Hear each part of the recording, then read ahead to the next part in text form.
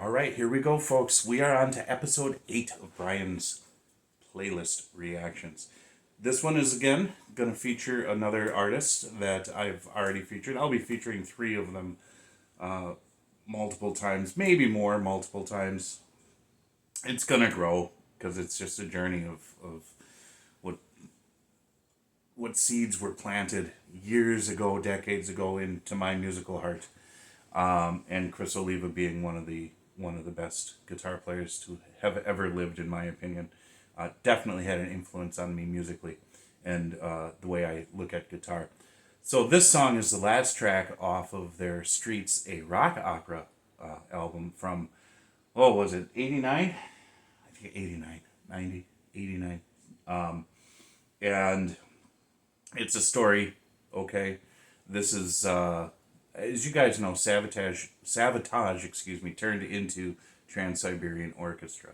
And you're getting a lot of this theatrical stuff. They really were more or less the groundbreakers into these rock opera, metal, symphonic type sounds. This song, Believe, being the last track on the album. Now, this album has a lot of great songs. And I hope this doesn't get blocked because what I did was I did an entire evening listening to this album, and I tried to release that in 2 parts, and I've been fighting copyrights on that. So I don't know how I'm going to approach this one, but this is definitely a song that I wanted to bring to the forefront because, like I said, for me it was always Chris's expressiveness, his emotional, how emotional he is, and with guitar playing. And this is one of those songs. It wraps up the album. It has a message. It's sort of, I guess it would be sort of anthemic, and it ends on a crescendo. And I think he does a wonderful job in this song, and so it's really good to feature it. The lyrical content means something to me.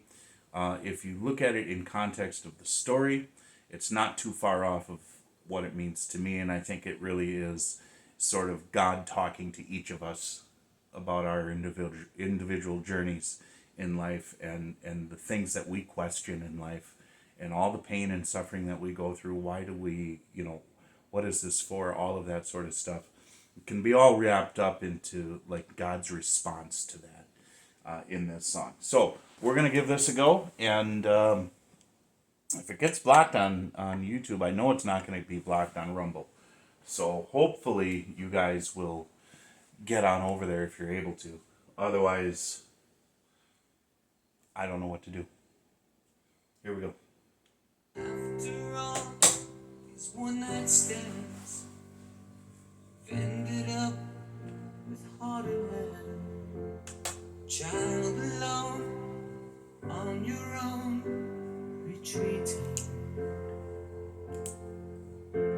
Regretful for the things you're not, and all the dreams you haven't got. Without a home, a heart of stone lies bleeding. And for all the roads you followed, and for all you did not find, and for all the things you had to leave behind.